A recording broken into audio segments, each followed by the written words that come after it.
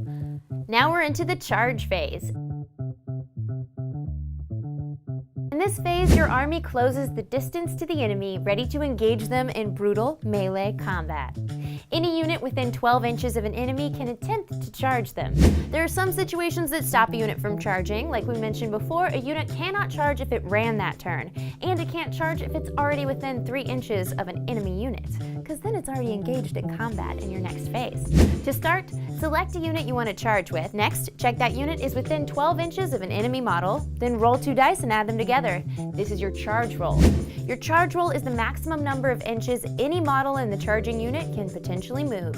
If the number rolled does not grant enough distance for at least one model in the charging unit to end its charge move within half an inch of an enemy model, the charge has failed, and your unit is not moved at all this phase. To demonstrate, our evocators are going to attempt to charge this Chainrasp Horde unit.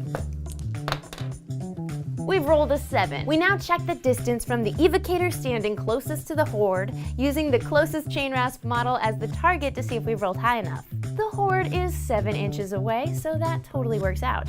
As our charge roll was 7, we're within range to charge it. Had our charge roll been 6 or less, we would not have been able to move within half an inch of an enemy model, and so the charge would have failed. Since we were successful, we select a model from our charging unit of evocators to move first. That model can move up to the charge roll, in this case 7 inches, and must finish its move within half an inch of an enemy model. Then the rest of the unit can move again up to the charge roll distance. You can place them anywhere so long as they all remain within 1 inch of another member of their unit. But just as in the movement phase, obstacles will slow warriors down, and you can't move over other models or bases unless you can fly.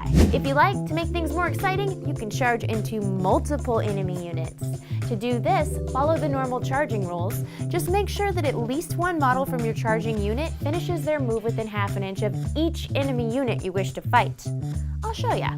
For example, our evocators are going to charge both this Chainrasp Horde and this Lord Executioner. The Chainrasp Horde are 5 inches away, and the Lord Executioner is 8 inches away. We roll our charge distance, which is a 10, easy enough to charge both units.